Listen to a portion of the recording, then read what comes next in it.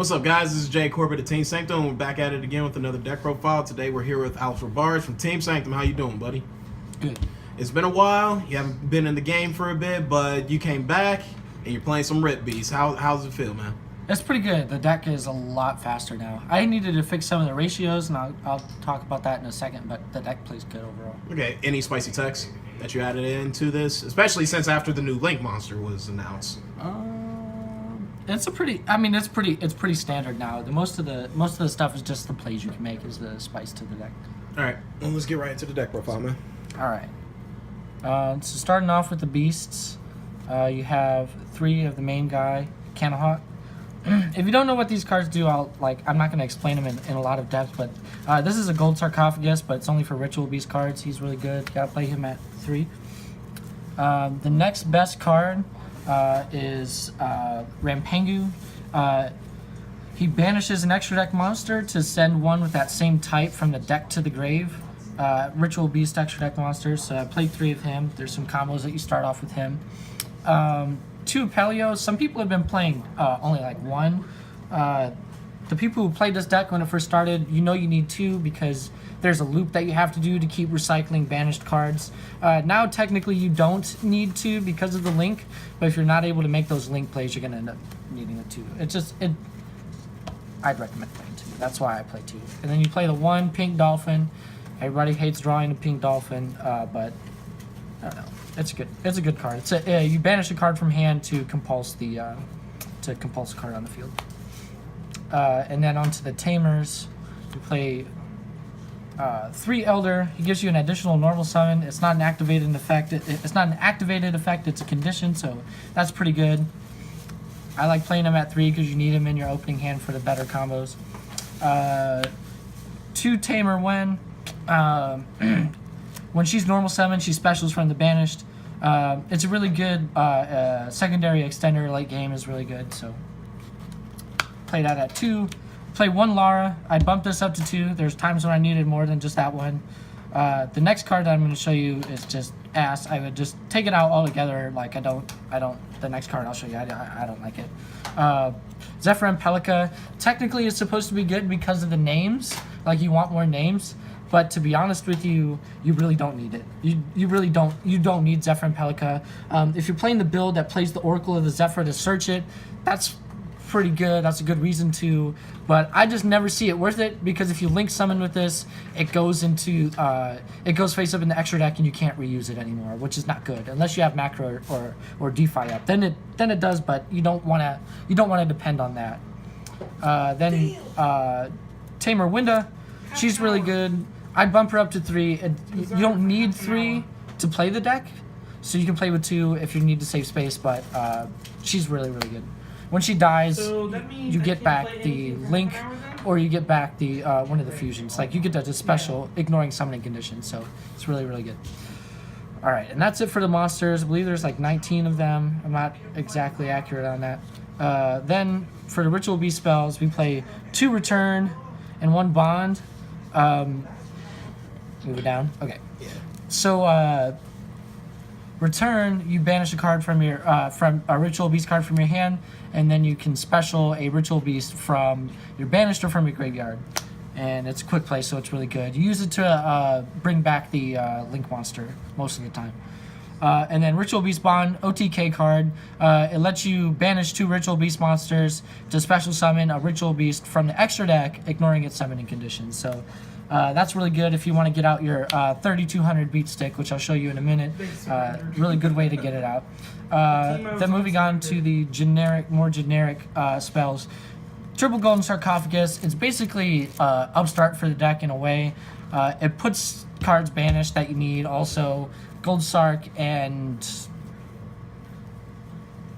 her is basically, it's a good backup play essentially. I don't want to say it's the same as Elder Cannahawk, but it gets there. 1 E-Telly, secret rare for the sexiness, but not an ulti, but Emergency Teleport is a good backup card if you don't draw a Tamer and you need this. It's really good. Dimensional Fissure, because this deck doesn't care about being banished and it hurts everything else. 1 day of peace. Your first turn, you're not really worried about doing damage. You don't care if your opponent draws more cards if you get your combo, because if you get your combo off, the Elder Cannonhawk combo nowadays, the ending field, you don't care what resources your opponent has. Even evenly matched, Regekis, all of it, you can avoid them. Ambush, these are the traps now.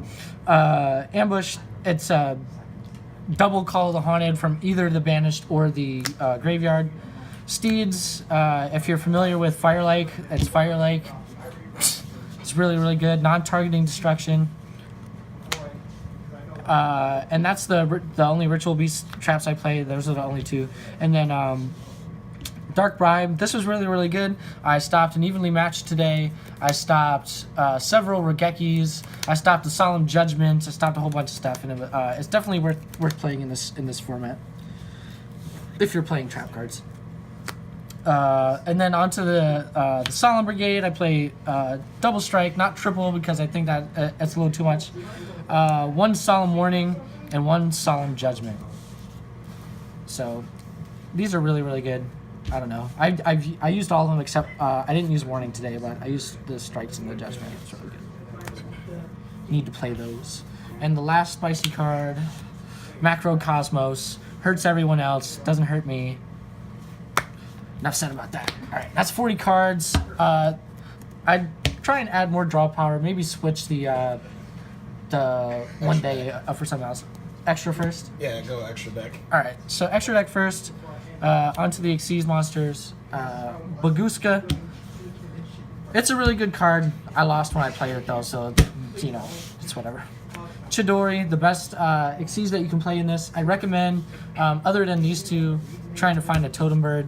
There's a couple situations where I should have made a Totem Bird and I didn't have one. So, Link monsters, Underclock Taker. This card is the business. A lot of people will tell you if you play this, you can pretty much beat over a whole bunch of different things. And I like making this more than I like making like Decode Talker or stuff like that. The next thing, Proxy Dragon, just to protect stuff and to extend my Link plays. And then onto the Ritual Beast monsters, starting with the Link. I played 3 of Kim. You only need 2 of Kim, but I just played 3 to kind of test it to see if I'd ever find plays in which I want to do 3, you know, just for like win more plays. But this is really good. It immediately gives you an extra summon for the cost of banishing a Ritual Beast from your grave, it immediately gives you an extra normal summon, I should have said. But that one's really good. And it boosts everything by 600.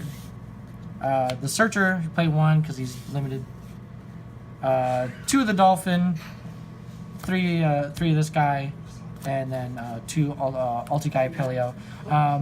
So one of the things I want to say, you can get away with, if you can't get 2 of these, you play 1 and you play 3 of this, because you need stuff to send off of Rampengu to get the Psychics.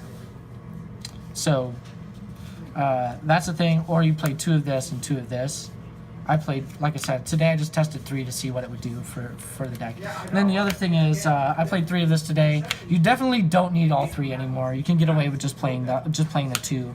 I used to play the 3 because there was a combo with the quick play that you used to be able to do, and you really didn't even need that because with the quick play you could just go into Ulti-Gaia Paleo. But just some edits for the extra deck. I'd cut this down to 2. Cut that down to 2. Leave this at 2. And then, so basically, I'd play 2 of everything that you could, and then play 1 of this, and then I'll give you more room for awesome things like this. All right, so that's the extra deck, 15 cards. All right, let's check out the side deck. So, 2 Wise Men's Chalice. If you don't know what this card is, you should probably look into it. Going second, you just, as long as you don't have monsters on the field, you can play this and special summon a monster from your opponent's graveyard to your side of the field.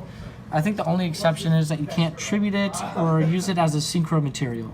So you can link summon with it, Xyz, Fusion, whatever. But it's really good.